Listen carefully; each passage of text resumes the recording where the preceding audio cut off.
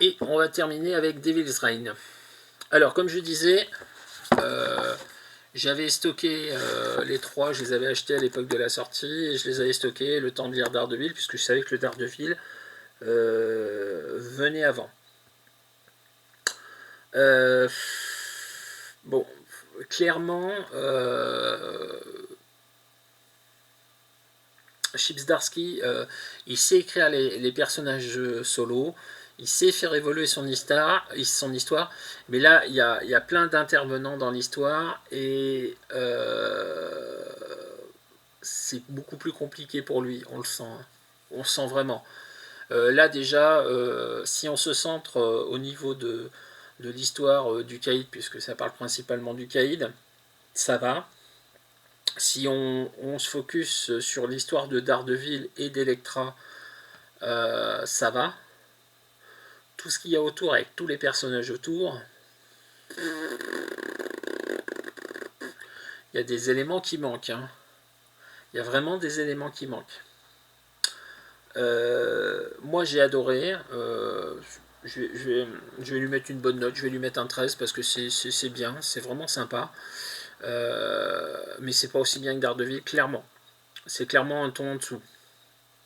Par contre, j'ai outre l'aspect écriture où il y a le côté vraiment les personnages extérieurs qui débarquent à ce que lui écrivait avant, ce que Chip Zdarsky écrivait avant dans Daredevil, j'ai un autre reproche à lui faire à cette série,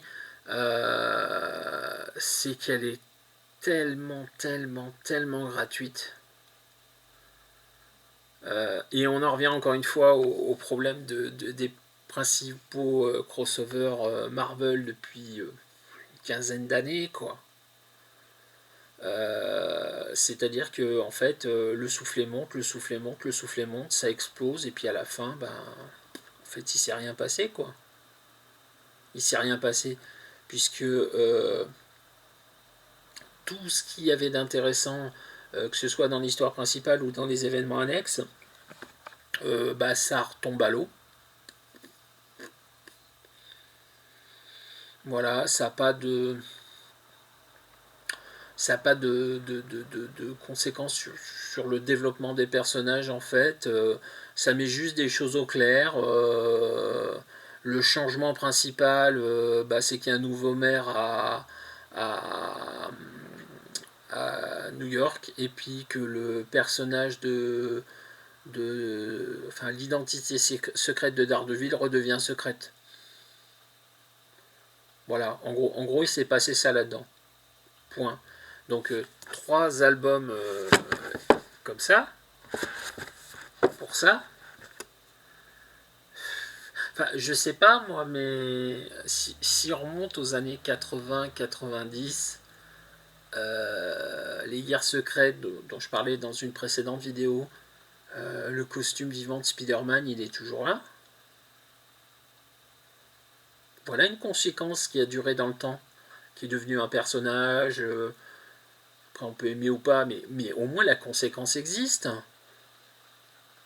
Je sais pas, là,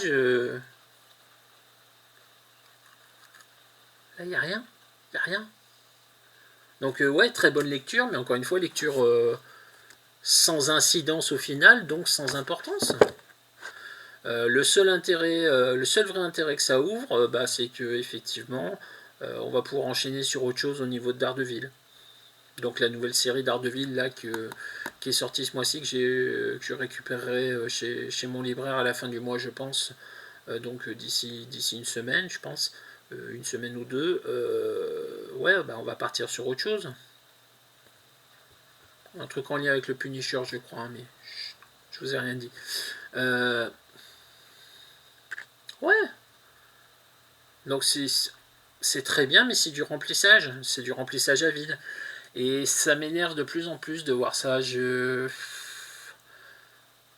On n'a pas non plus besoin qu'il y ait des personnages qui meurent à tour de bras, surtout que dans le monde des comics, ils ressuscitent 6 mois plus tard. Donc ça, ouais, pourquoi pas faire autre chose. Mais on peut créer des choses, on peut... Voilà. Point hyper positif par contre, on voit le début de la création de la nouvelle équipe des Thunderbolts. Donc la mini-série dont je vous ai parlé précédemment, que moi j'ai lu en VO, les explications du pourquoi du comment sont là. Ça explique pas ce qui se passe dans la mini-série, ça explique pourquoi l'équipe existe, pourquoi l'équipe est mise en place. Et puis sinon, c'est à peu près tout, quoi. Il y a une mini-série moyennement dessinée, mais très intéressante, centrée sur le personnage du Docteur Octopus, sans conséquence.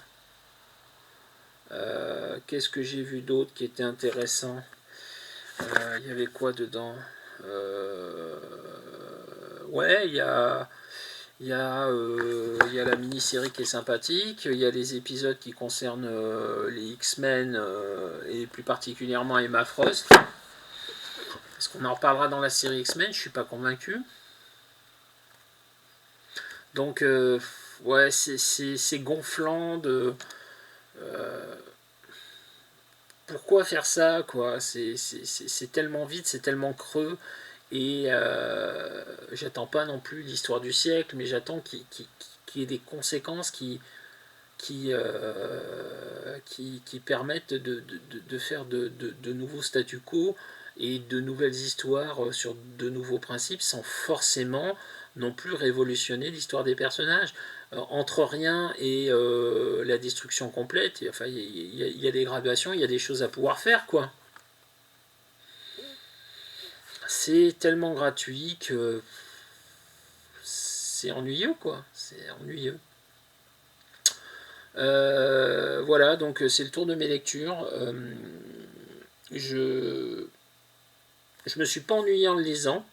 Encore une fois, j'insiste bien, c'est vraiment bien écrit, sauf sur l'aspect de certains personnages qui n'étaient pas sous le contrôle de Zdarsky au moment où il écrivait Daredevil. Mais c'est bien. C'est bien, voilà, mais c'est encore une fois le soufflet retombe à la fin avec Marvel et ça arrive tellement souvent que plus ça change, plus c'est pareil, quoi. En fait, le crossover sert juste à débarrasser la table de Daredevil pour qu'on puisse lui servir un nouveau plat. Point. Ça, pour débarrasser la table, est-ce qu'il en fallait autant que ça? Je sais pas. Je sais pas. Et encore une fois, les histoires annexes sont pas mauvaises. Hein. L'histoire avec Elektra est très bien. L'histoire avec les Thunderbolts du Caïd, c'est très très bien. Mais ça sert à rien, quoi. Ça sert à rien de rien. C'est énervant. C'est énervant. Ça me fatigue. C'est fatigant de lire des histoires qui n'apportent rien, quoi. Donc, est-ce que ça en vaut l'effort? Je dirais pas la peine parce qu'encore une fois, c'est une bonne lecture, c'est pas une peine. Mais est-ce que ça en vaut l'effort? Je suis pas sûr. À bientôt.